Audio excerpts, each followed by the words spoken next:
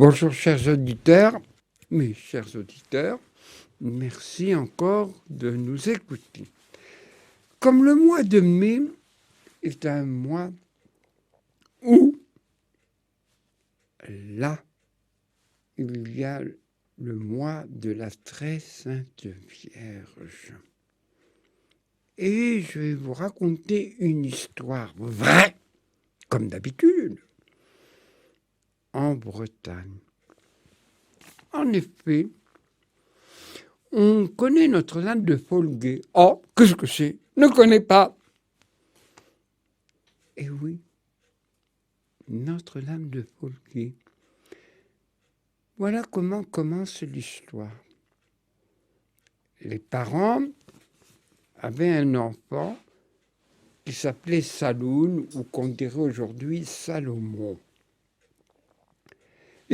Les parents ne s'étaient pas aperçus qu'il était très simple, plus que simple.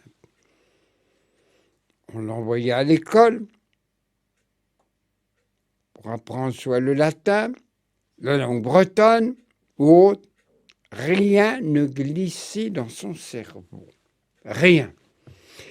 Sa mère essayait de lui apprendre un petit quelque chose. Mais mon garçon, quand on va partir, mais de quoi tu vas pouvoir vivre? Rien ne passait.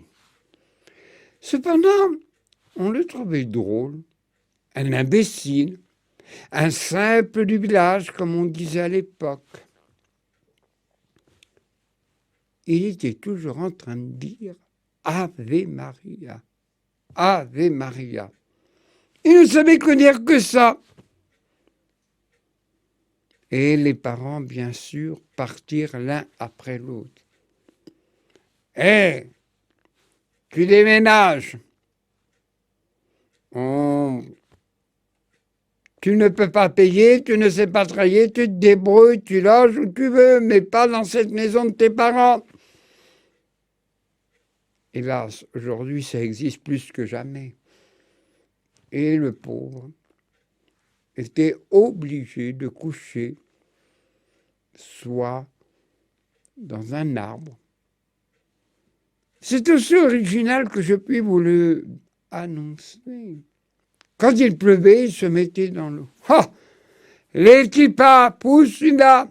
On ne pensait pas qu'il en était comme ça. Il allait souvent à la messe. On ne savait pas s'il comprenait ou pas, mais il était présent. Et le curé le connaissait. Mais il avançait en âge. On lui donnait 30, 40 ans. Comme il buvait toujours dehors, on n'arrivait pas à lui donner d'âge. Puis, un jour, on lui dit « Tiens, on ne le voit pas, Saloun, à la messe. » On le chercha dans les bois.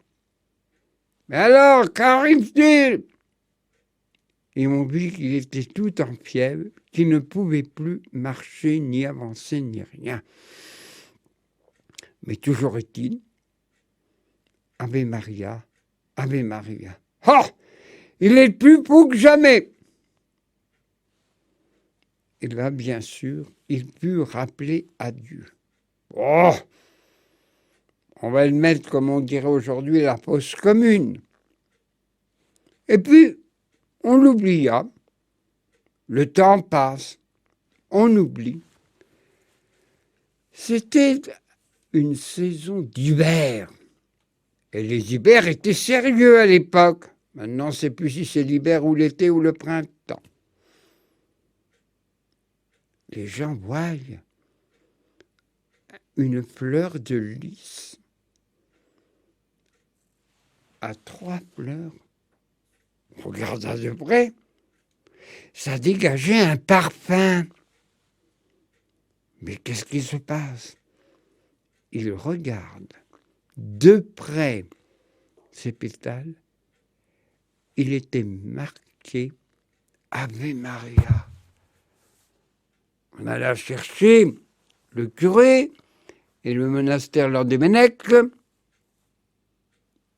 Et on lui dit Vous avez vu? Ave Maria. Mais c'est le pou. Il est toujours Ave Maria, Ave Maria. Il ne disait que ça. Bien sûr, on découvrit son corps et de sa bouche sortaient les racines de lys. Ave Maria. Devant ce spectacle, le comte de l'époque fit faire une église et beaucoup de gens affluèrent, comme les Bretons font quand c'est des pèlerinages, du 8 septembre, la fête du Grand Pardon, et la Vierge Marie voulait honorer cet humble serviteur, ce simplet. Je ne fais pas de commentaires, Notre-Dame de Folguet. Cela s'est passé au XIVe siècle de notre ère. Mois de mai, mois de Marie, et j'étais content de vous raconter cette histoire fort inconnue. Peut-être les Bretons le savent. Mais un autre héros de la Sainte Vierge,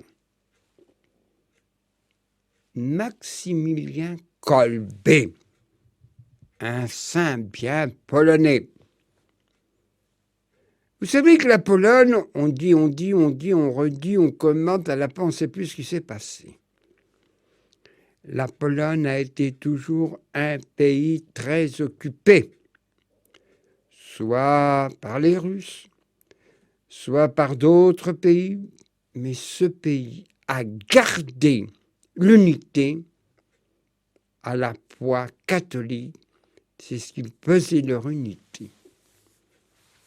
Et là, à la fin du XIXe siècle, naquit 2 enfants, François et Raymond. Son père était bricoleur. Ils gagnaient leur vie péniblement, mais il a gagné. Cependant, on avait du mal à vivre. Mais on tenait. Et un jour, Raymond revient tous les vêtements déchirés. Et sa mère lui dit, mais qu'est-ce que je vais faire de lui? Qu'est-ce que je vais faire de lui?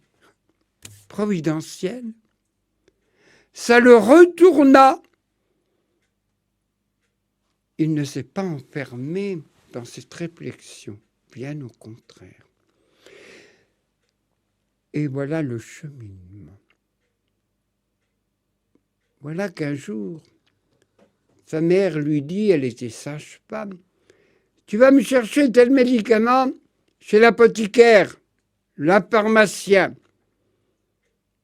Et là, il y a là, et il dit la formule en italien, en latin. Le pharmacien lui dit, mais tu fais des études? Non. Il n'y a que mon frère qui peut, car on ne peut pas payer les études à nous deux. L'homme réfléchit comme sont tous les hommes. Mais si tu veux, je peux te faire des cours de latin. Ben, comme vous le voulez. Il était d'une intelligence extraordinaire. L'étape de sa vie. En Pologne, je pense que ça se fait encore aujourd'hui, derrière une grosse armoire, il y avait un petit oratoire. Et là, les enfants, la maman, le papa priaient, ne serait-ce que pour dire bonjour. Et voilà qu'ils priaient. Tout d'un coup, après cette vision, il pleura. Et sa mère lui dit, mais pourquoi tu pleures, mon garçon? Qu'est-ce qui se passe? Maman, c'est un secret. Et vous les dames, vous avez l'art, mais l'art de faire parler même les muets. Me dis-moi, mon garçon. Voilà, maman. J'ai eu l'apparition de la Sainte Vierge et elle m'a dit, et elle m'a présenté une couronne blanche et une couronne rouge. Elle me dit, laquelle des deux tu veux? Les deux. La maman et lui-même ne comprirent pas cette vision. Cependant, il avança. Et son père et sa mère, très religieux, eh bien, tu vas aller chez les franciscains. Et Raymond y alla. Cependant, il était attiré. Militairement, il avait ça. Tout jeune Polonais rêvait d'être un bon militaire, même un lieutenant, un général. Ils étaient tellement occupés. C'était inné chez eux à l'époque. Même un ancien colonel en train de lui dire « Oh, toi, mon garçon, tu seras un militaire !» Enfin, chez les franciscains, on donnait les éléments des études de base. Et puis, il va trouver son prieur et lui dit « Non, je ne suis pas fait pour ça. » Bien. Ils étaient déjà grands, les deux enfants, surtout Raymond. Et tout d'un coup, « Raymond, vous êtes demandé au parloir. » Il voit son père, sa mère. Il dit « Mon garçon, voilà, ton père et moi, les femmes, ça parle toujours. Ça, nous les hommes, on est polis. On laisse toujours les dames parler. Et ça s'est prouvé à travers les âges. Bon, mesdames, soyez honorées. Écoute, ton père et moi, vous les enfants, vous avez votre autonomie et nous avons décidé, comme c'était notre vocation première avant notre mariage, ton père va rentrer chez les franciscains et moi chez les bénédictins. Là, ça a été un coup de jet, une étincelle s'est éveillée dans son cœur.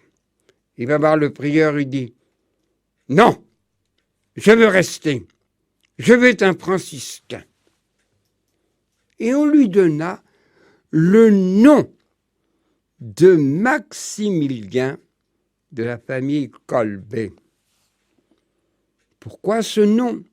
Car c'était un saint soldat qui a été martyrisé vers le IIIe siècle. Maximilien était brillant dans les études. On l'envoya à Rome et il étudie une grande université à la grégorienne. Cependant, il vit quelque chose qui est censuré, donc je vous le dis. Ah, enfin, on va savoir quelque chose de nouveau. En effet, en 1917, jeune étudiant, il vit sur la place Saint-Pierre un groupe de francs-maçons qui avait, ils étaient 200, qui avait une bannière où l'ange déchu était en train, image représentant Saint-Michel torturé. Et il entendit ces voix qui dirent « Toi, pape, tu seras notre serviteur. Tu feras ce que l'on te dit. » Alors s'éveillait dans sa conscience une voix qui lui dit « Il faut fonder quelque chose. » Il y avait 4 Polonais, 2 Italiens, où il fonda la milice de l'Immaculée. Ne soyez pas choqués sur les mots. La milice de l'Immaculée. C'est là où a commencé l'œuvre de Maximilien Kolbe. Cela se propagea. Cependant, étant ordonné prêtre, on le rappela.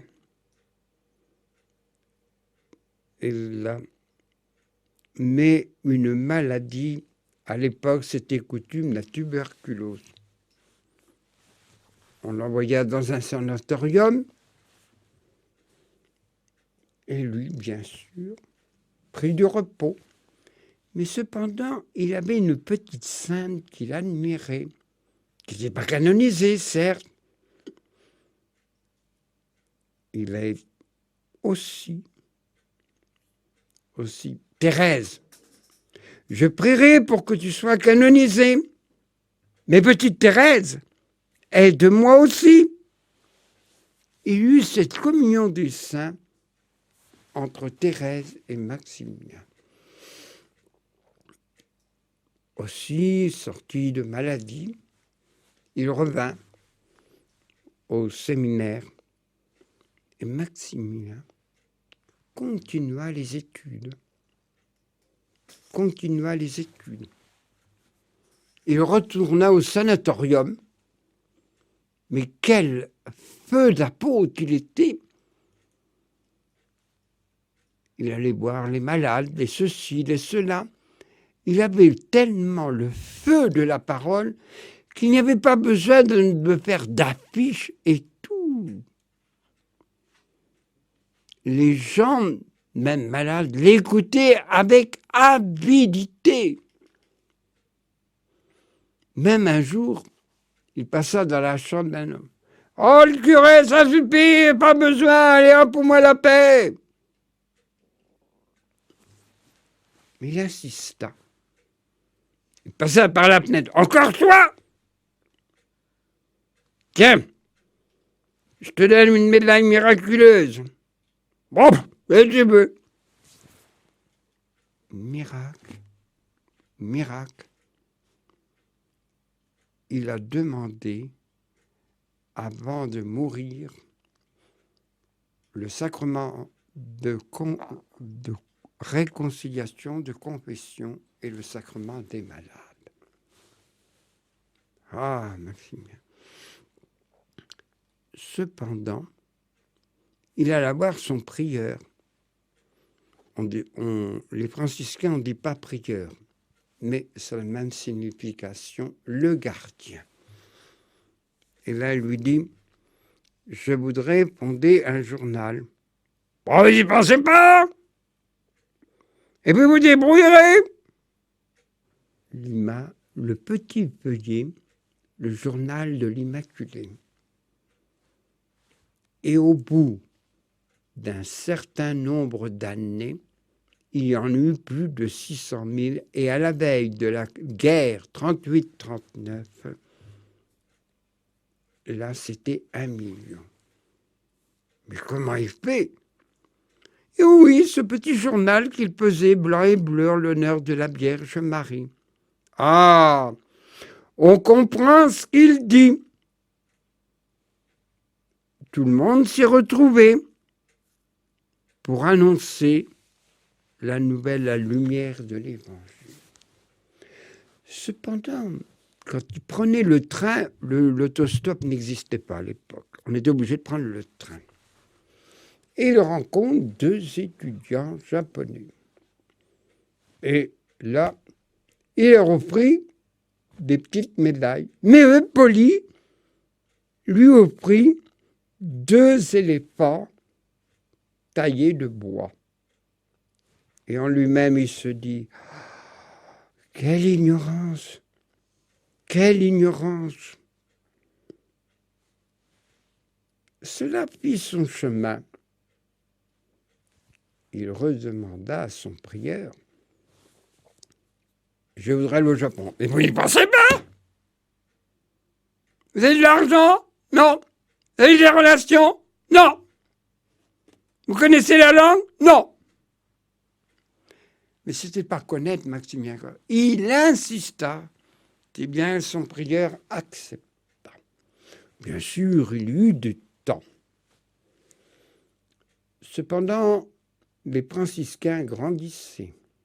Le nombre de jeunes gens se mettait sous sa coupole. Et voilà comment il fut.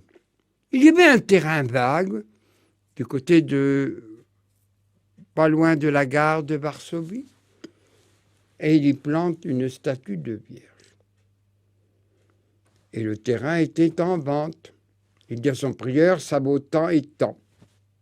Oh, c'est trop cher, on n'a pas les moyens, vous le savez bien. Bien. Il va voir le comte et lui dit, on ne peut pas acheter le terrain, c'est trop cher. Et le comte réfléchit, comme sont tous les hommes. Mais il y a bien une statue de la Vierge, qu'est-ce que j'en fais? Eh bien, vous la gardez. Il réfléchit encore un peu de temps et lui dit, je vous donne le terrain, je vous donne tant d'hectares. Mais c'est un fou de Dieu. Aussi, là, le terrain, on construit déjà des baraques. Mais il n'était pas très habile pour construire des baraques de bois, pour mettre les imprimantes et tout. Et pendant que les ouvriers paysans mangeaient leur casse-croûte, « Allez les jeunes, on va vous aider !» Une solidarité chrétienne était là. Et il monta ses baraquements. Il y eut plus, c'est incroyable ce que je vous dis, mais l'histoire le prouve. Ils étaient plus de 600. Il avait une âme de feu. Il avait une âme de chef. Dieu lui avait donné ce grand don. Et même bien que ce soit un chef, ce n'était pas un despote. Il n'était pas riche. Et le soir, quand les gars dormaient, les jeunes gens, il raccommodait telle et telle chose. Sa mère, sûrement, lui avait appris à raccommoder. De rien, il savait retirer. Et ça, il savait. Être ferme, être bon, c'est la qualité d'un chef. Et voilà que son prieur lui permet d'aller au Japon. Là, il avait un don des langues qui me surprend. En peu de temps, il fut japonais. Bien sûr, comme d'autres missionnaires qui étaient passés auparavant, à Nagasaki, il put, par l'évêque, demander pour enseigner la philosophie. Pour le faire quand tu connais à peine la langue. Mais cependant, une petite histoire dans la grande histoire. Il voulait construire la cité de l'Immaculée. Et vous n'y pensez pas? À plat de montagne, il n'y a pas d'eau, et puis nous, on sait ce que c'est. Il ne faut pas le planter ici. Vous rêvez? Non. Il faut faire ici le jardin de l'Immaculée. Construire quelques maisons. Oh, c'est un fou. Mais il avait une telle ascendance sur ces hommes qu'on lui obéit. Et bien sûr, il allait souvent dans d'autres pays, mais je m'arrête pour le Japon, l'Indonésie et tout. Une âme de feu. Il revint, bien sûr, en Pologne. On lui confia ce qu'il avait déjà fait, d'être le gardien de plusieurs de la cité de l'Immaculée. La cité de l'Immaculée. Arriva bien sûr la menace de la guerre. Et il prévient ses novices. Et il dit, préparez-vous au martyre, car la Pologne, avec d'autres pays, vont vite être écrasés. Bien sûr, arriva les nazis ou la Pologne en quelques jours, même ou 2 ou 3 jours, ils n'étaient pas équipés d'aviation et rien. Bon. Et il subit fut prisonnier avec quelques-uns de ses frères. Il y avait une haine sur tous les SS et la Gestapo. Une haine.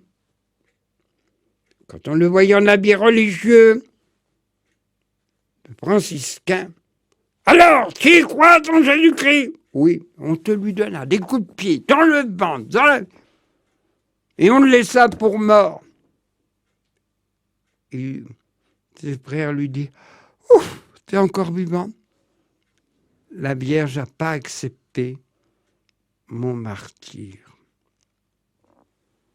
Cependant, pendant la débâcle, tous les baraquements qui servaient pour imprimer le journal et tout, on abrita. Je tiens à y insister.